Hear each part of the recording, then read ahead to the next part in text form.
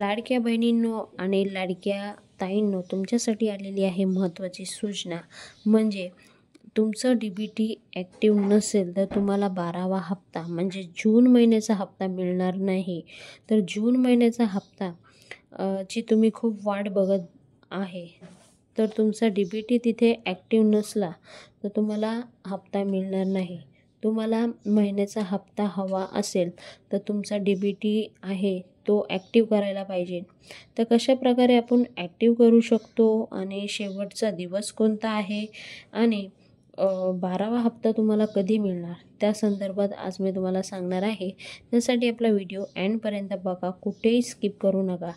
तर महिलांनो, तुम्हाला माहीत असेल की मे महिन्याचा जो हप्ता वाटप झाला तेव्हा असे DBT ॲक्टिव्ह नव्हते, तर खूप सारे महिलांना पैसे मिळालेले नाही. त्यांची संख्या आहे 5 लाख महिलांना पैसे मिळालेले नाही. त्यांचं एकच कारण आहे की त्यांचं DBT ॲक्टिव्ह नव्हतं. तर सर्वात अगोदर तुमचं DBT ॲक्टिव्ह करून घ्या. ॲक्टिव्ह असलं तर नक्की तुमच्या खात्यामध्ये पैसे येतील. DBT चेक कसं करायचं, तर त्या संदर्भात तुम्ही जे लाडक्या बहिणींचं फॉर्म भरलेलं नारी शक्तीवरून भरलं किंवा लाडकी बहीण योजनेची जी साईट आहे त्याच्यावरून भरलं, तर त्यामध्ये तुमचं जे लाडक्या बहिणींचं जे स्टेटस आहे ते तुमचं ॲक्टिव्ह दाखवत असेल. अगर कुणाचं डिॲक्टिव्ह दाखवित आहे तर तुम्हाला आधार स्टेटसमध्ये जाऊन तुम्ही बघायचं आहे. तिथे तुमचं जर खाली बँकेचं नाव दिले असेल त्याच्या खाली ॲक्टिव्हचा ऑप्शन असायला पाहिजे. अगर तिथं डिॲक्टिव्ह असेल तर तुम्ही बँकेत जाऊन तुमचं आधार कार्डची एक कॉपी द्या आणि म्हणजे ज्या बँकेत तुमचं खातं आहे त्या बँकेत जाऊन द्या आणि तिथे आधार ॲक्टिव्ह करून घ्या त्या खात्यासंगती. ते केल्यानंतरच तुमच्या खात्यामध्ये पैसे येतील. तर अशा प्रकारे तुम्ही DBT चेक करू शकता. त्यानंतर उद्या शेवटचा दिवस आहे. कसला शेवटचा दिवस आहे, तर DBT एकदा चेक करून घ्या. कारण 15 तारखेपर्यंत DBT ज्यांचं ॲक्टिव्ह आहे त्यांचं एक यादी बनवतात आणि ज्यांचे ॲक्टिव्ह आहे त्यांनाच पैसे मिळतात.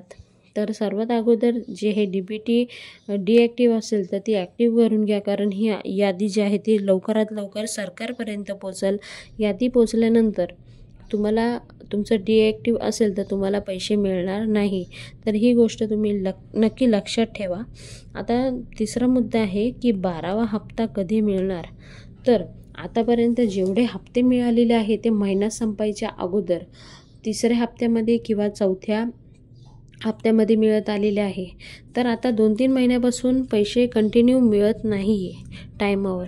महिना संपायनंतर पहिल्या हप्त्यात किंवा दुसऱ्या हप्त्यात मिळत आलेले आहे. तर हे कशामुळं होत आहे की आता जे लाडक्या बहिणींचे जे अपात्र महिला आहेत त्यांनी गैरकायदेशीर रीते त्यांनी लाभ घेतलेला होता. तर आता त्यांचीच क्रॉस व्हेरिफिकेशन चालू असल्यामुळे हे जे हप्ते आहे ते वाटप प्रक्रिया स्लो झालेली आहे. पण जे पात्र महिला आहेत त्यांनी काळजी करायची गरज नाही. त्यांना जे हप्ता मिळणार आहे तो हप्ता नक्कीच त्यांना मिळतील. तर ह्या गोष्टीचं तुम्ही लक्ष ठेवा आणि DBT ॲक्टिव्ह करून घ्या.